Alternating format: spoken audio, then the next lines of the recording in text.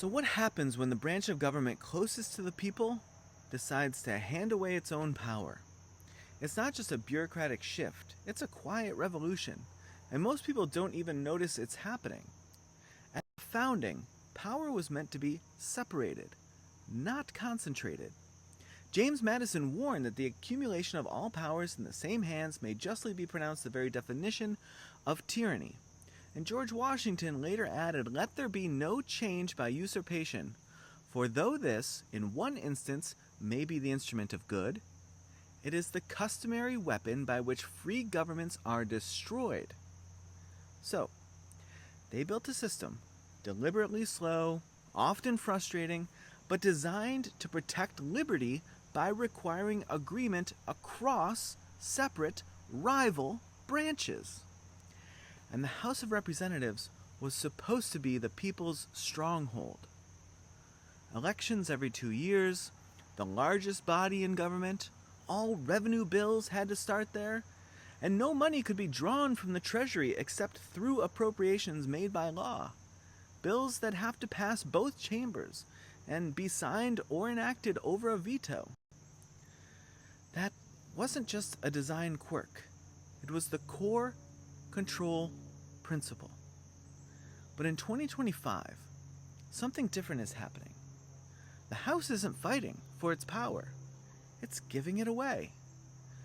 So when presidents want to impose tariffs, for instance, they use old laws written for national security emergencies. And the House steps right back. When presidents unlock emergency powers, they simply renew one of more than 40 ongoing national emergencies. Ending many of them now requires a joint resolution that can be vetoed, basically demanding a 2/3 majority. So even in battles over civil service, rules, or surveillance, the executive increasingly acts first, and Congress reacts, if it reacts at all. Here's just one example.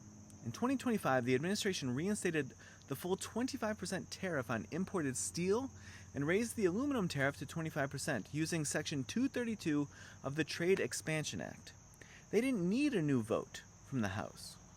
Within days, Canada and the EU announced a retaliatory measure. And yet, Congress had no fast-track way to intervene. What began as delegation became abdication. And that's not just a procedural change. It's a real civic problem. Because when the House, the branch closest to the people, steps back from its responsibilities, it isn't just surrendering its own power, it's surrendering ours. It means fewer decisions go through debate, fewer votes get taken, fewer moments where your voice, through your representative, shapes the direction of this country.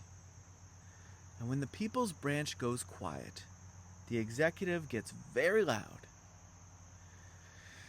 This isn't about right or left.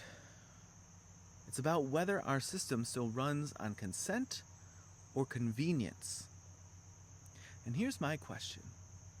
If the House won't defend its own powers, who will defend the people's? And how long before we wake up to find that our seat at the table is completely empty?